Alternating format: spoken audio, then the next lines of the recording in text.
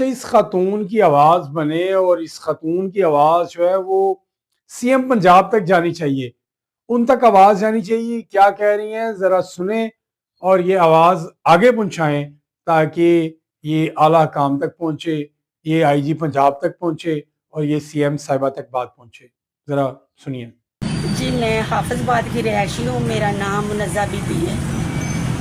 میرا خامد پہلا 2 بچیوں کی میں ماں ہوں۔ میرے پاس ایک بچی 11 سال کی ہے اور ایک 8 سال کی ہے، جس سے ان کے والد کی وفات کے بعد مجھے میرے کزن ہی میرے ساتھ ہے، نہ میرا والدین وفات پا چکا ہے، میرا کوئی بھائی یا بہن نہیں ہے، میں اکیلی عورت تھی۔ اس کے ساتھ میرا نکاح پڑھایا گیا۔ ظہور احمد اس کا نام ہے، رہائشی سکھے کی منڈی کام والی کا رہنے والا ہے۔ نکاح پڑھانے کے باوجود میں اس کے ساتھ کسی وجہ سے نہیں رہ رہی تھی۔ جب 20 تاریخ کو دھوکے کے ساتھ مجھے وہاں پہ بلایا گیا کاما والی میں کہ تم وہاں پر آؤ تمہاری بچیوں کے ساتھ اور تمہارے ساتھ، ہم ایسا کچھ بھی نہیں کریں گے۔ مجھے مطمئن کیا اور قسمیں دی، میں مطمئن ہو کر ان کے پاس چلی گئی۔ میں ٹوٹے پر بیٹھ کر گئی سکھے کی، مجھے خود آ کر ریسیو کیا۔ ریسیو کرنے کے باوجود جب میں ان کے گھر پہنچی ہوں، میرا روزہ تھا۔ روزے کی افطاری کے بعد بیٹے اس کے نئے صاحب کا جو اس کا بیٹا اس کا نام شاہ نواز ہے، اس نے مجھے مارنا اور پیٹنا شروع کر دیا اور میرے کپڑے اتار دیے۔ اس کا پورا گاؤں دیکھنے تک کسی نے 15 پہ کال بھی نہیں کی۔ رشتہ داروں کے موجود مجھے ننگا کر دیا۔ میری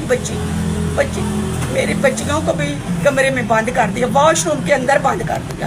میری بچیاں واش روم کے اندر بند رہی ہیں اور میرے ساتھ برا بھلا کرتے رہے۔ جب رات ہوئی تو باپ نے میرے ساتھ جو رشتہ تھا وہ بیٹے کے سامنے سارا کچھ کیا ہے۔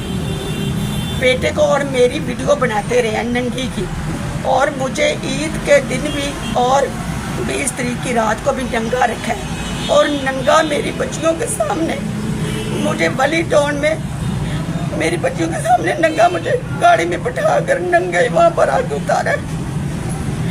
عید کی وجہ سے میرا موبائل بھی چھین لیا تھا، عید کی وجہ سے میں کوئی کاروائی یا 15 پہ کال نہیں کر سکی۔